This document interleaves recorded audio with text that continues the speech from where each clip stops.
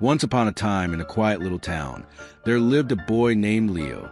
Leo was a curious boy who loved quiet things: the wind in the trees, the ticking of clocks, and the smell of old books. While other children ran and shouted, Leo liked to sit and wonder. He always believed that stories were hiding in the most unexpected places. One day, Leo was walking through a part of town he didn't know. He saw a very strange building, tall and narrow with no windows. The door had stars, waves, and little clocks carved into the wood. It looked like magic. Leo felt something tug at his heart. He opened the door. Inside, it was quiet and warm. There were books everywhere, on shelves that went all the way up to the ceiling. Some books sparkled. Others seemed to whisper. In the middle of the room, on a shiny table, was one special book. It glowed softly and had only one word on the cover: choose. Leo touched the book. It opened on its own. The pages were empty, but then letters appeared. A message formed.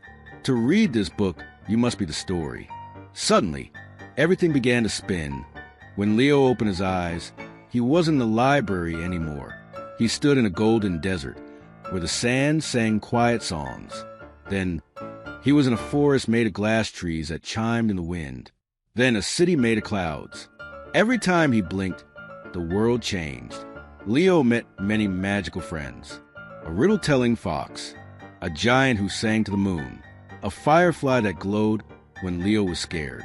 Every new friend taught him something special: how to be kind, how to be brave, how to believe in dreams. He learned that stories were not just in books. They lived in our hearts. The more Leo listened, the more he understood. He didn't just read the story. He became the story. One day, the glowing book appeared again in his hands. On the last page was one final message: you are ready.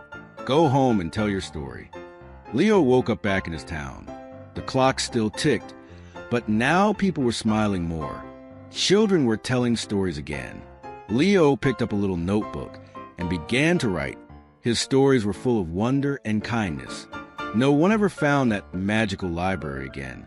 But some say, if you believe in stories and you listen with your heart, one day a book might choose you too.